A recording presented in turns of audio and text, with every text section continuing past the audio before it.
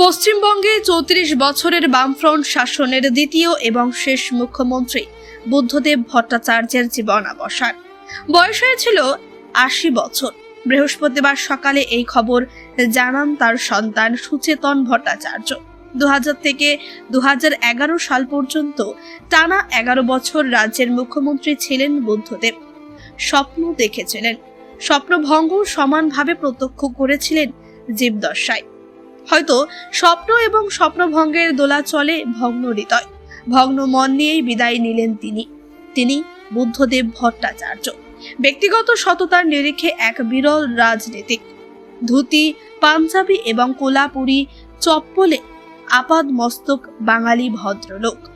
রাজনীতিবিদের বাইরে বুদ্ধদেব বাবু ছিলেন একজন আদন্ত সাহিত্যিক ও সাহিত্য অনুরাগী। কাকা সুকান্ত ভট্টাচার্যের মতো তার জীবনেও ছিল রবীন্দ্রনাথের গভীর প্রভাব। সমসাময়িক কবি সাহিত্যিকদের অনেকেই ছিলেন তার বন্ধু প্রতিম। ফ্যাসিবাদ নিয়ে তার গবেষণা ও লেখা বাংলা ভাষার অন্যতম সম্পদ। পশ্চিমবঙ্গের 11 বছরের মুখ্যমন্ত্রী বৃহস্পতিবার প্রয়াত হলেন। বুদ্ধদেব মুখ্যমন্ত্রীত্বে তার পূর্বসূরি জ্যোতি বসুর মতোই মরণোত্তর দেহদান করে গিয়েছেন। প্রাক্তন মুখ্যমন্ত্রীর মৃত্যুতে শোক স্তব্ধ বাংলা থেকে শুরু করে বিশ্বজুড়ে। বামপন্থী পরিবারে বেড়ে ওঠা সংস্কৃতি বুদ্ধদেবের ওপর প্রগাঢ় প্রভাব ফেলেছিল।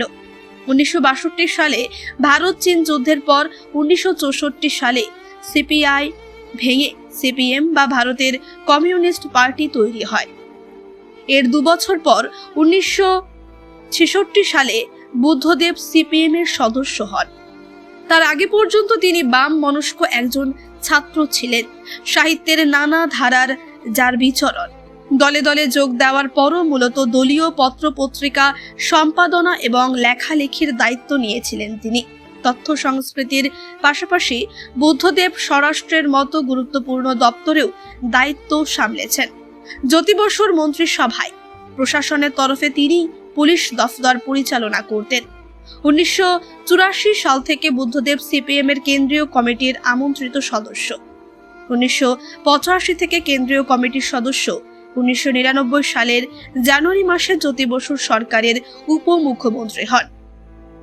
পলিট ব্যুরো সদস্য হন 2000 সালে। সেই বছরই 6 নভেম্বর বুদ্ধদেব পশ্চিমবঙ্গের মুখ্যমন্ত্রীর পদে বসেন। জ্যোতিবাবু অবসর নেওয়ার পর 2011 পর্যন্ত তিনি মুখ্যমন্ত্রীর পদে ছিলেন। আপনি যেখানেই থাকুন, আপনার অবদান আমরা কখনোই ভুলতে পারবো না। চেতনা নিউজের পক্ষ থেকে গভীরভাবে শ্রদ্ধা জ্ঞাপন করছি। শোনেন, কথা বলছি, প্লিজ বাইরে যাও না তোমরা, তাহলে সুবিধা হবে। এখান থেকে আমাদের বডি নিয়ে যেতে হবে, রাখতে হবে। কাল সকাল 10:30টায় আমাদের আলিমুদ্দিন স্ট্রিটে বডি থাকবে। যে কেউ সেখানে যেতে পারবেন, শ্রদ্ধা জানাতে পারবেন।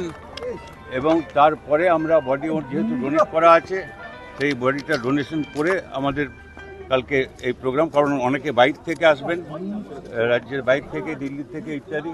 সেই জন্য আজকে আমরা বডিটা রেখে দিচ্ছি। এই হচ্ছে ব্যাপার। আপনি কি হজ ও উমরাহ যাবার কথা ভাবছেন, তাও আবার স্বল্প খরচে? তাহলে আজই আসুন ইকোপাস রানী নবাব টিকিট এন্টারপ্রাইজে বা আর এন্টারপ্রাইজে।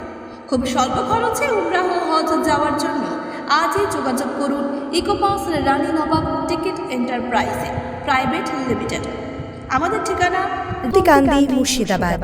মোবাইল নম্বর 9126417410 অথবা 7908682681 এই নম্বরে। চেতনা Shiksha Niketan private tuition centre. ভর্তি চলছে, ভর্তি চলছে, ভর্তি চলছে।